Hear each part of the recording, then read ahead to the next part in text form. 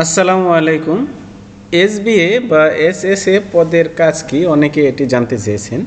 SBA বলতে বোঝায় switch board attendant এবং এসএসএ বলতে বোঝায় সাবস্টেশন অ্যাটেন্ডেন্ট। এই দুটি পদের কাজ একই। কোনো প্রতিষ্ঠানে এসবিএ নামে আছে এবং কোনো প্রতিষ্ঠানে এসএসএ নামে রয়েছে এই পদটি। DPDC, DESCO, NESCO, western power distribution company limited এবং বিপিডিপিতে এই পদ রয়েছে। তো চলুন দেখাই এসবিএ বা এসএসএ পদের কাজ কী কী। সাবস্টেশনের ফিডারসমূহের মিটার রিডিং গ্রহণ করা।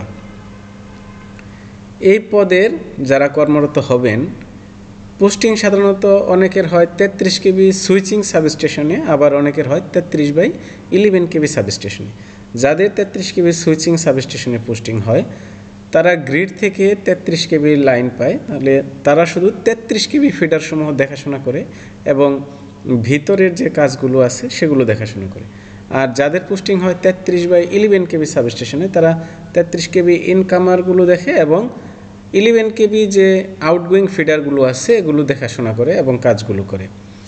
তাহলে কি কাজ করতে হয় যেখানেই পোস্টিং হোক, 33 কেবি সুইচিং সাবস্টেশনে অথবা 33/11 কেবি সাবস্টেশনে, যে সাবস্টেশনে হোক কাজ কিন্তু প্রায় একই। সাবস্টেশনের ফিডারসমূহের মিটার রিডিং গ্রহণ করা। মনে করুন আপনার সাবস্টেশনে 12টি ফিডার আছে, তাহলে আপনার প্রত্যেকটি ফিডারের মিটারের রিডিংগুলো গ্রহণ করতে হবে। রিডিংগুলো সাধারণত প্রতি ঘন্টায় ঘন্টায় গ্রহণ করা হয়। অ্যাম্পিয়ার, মেগাওয়াট, মেগাভার এগুলো লিপিবদ্ধ করতে হয় লগ বইতে। প্রতি লগ বইতে ঘন্টায় ঘন্টা টাইম দেওয়া আছে, সেখানে আপনারা রিডিংগুলো লিখে মেগাওয়াট, মেগাভার, অ্যাম্পিয়ার, ভোল্টেজ এগুলো লিপিবদ্ধ করতে হয়। তাছাড়া প্রতিটি সাবস্টেশনে ব্যাটারি সেট থাকে, ব্যাটারি সেটের ভোল্টেজ অ্যাম্পিয়ারগুলো লিপিবদ্ধ করতে হয়। যে কোনো ত্রুটি হলে ঊর্ধ্বতন কর্তৃপক্ষকে জানান।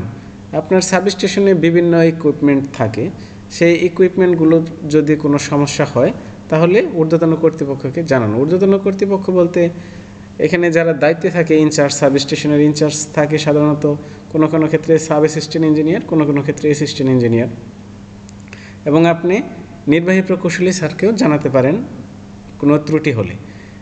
সাধারণত রেড হট জনিত ত্রুটিটা অনেক বেশি হয়। তাছাড়াও যদি ডিএস, সিটি, পিটি এগুলোর কোনো সমস্যা হয় বা ট্রান্সফরমারের, বাসবারের, সেগুলো আপনারা ইনচার্জের মাধ্যমে জানাতে পারেন নির্বাহী প্রকৌশলী স্যার পর্যন্ত।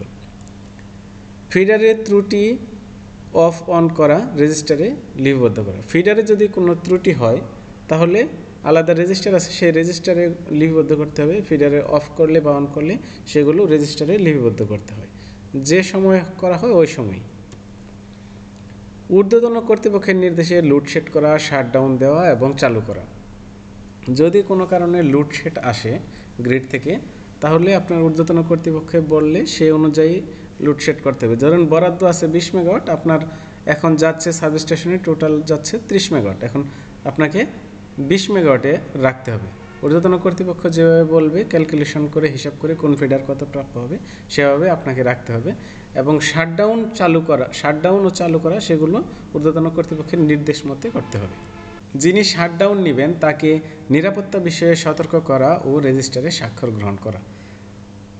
যদি কোনো কারণে কোনো ফিডারে মেনটেনেন্স কাজ হয় বা রাইট অফ ওয়ে হয়, যিনি শাটডাউন নেবেন, কর্তৃপক্ষের যিনি শাটডাউন নেবেন তাকে নিরাপত্তা বিষয়ে সতর্ক করতে হবে, কী কী কাজ করা যাবে, কী করা যাবে না, কোন ফিডার শাটডাউন হয়েছে, এবং রেজিস্টারে যিনি শাটডাউন নেবেন তার স্বাক্ষর গ্রহণ করে রাখতে হবে।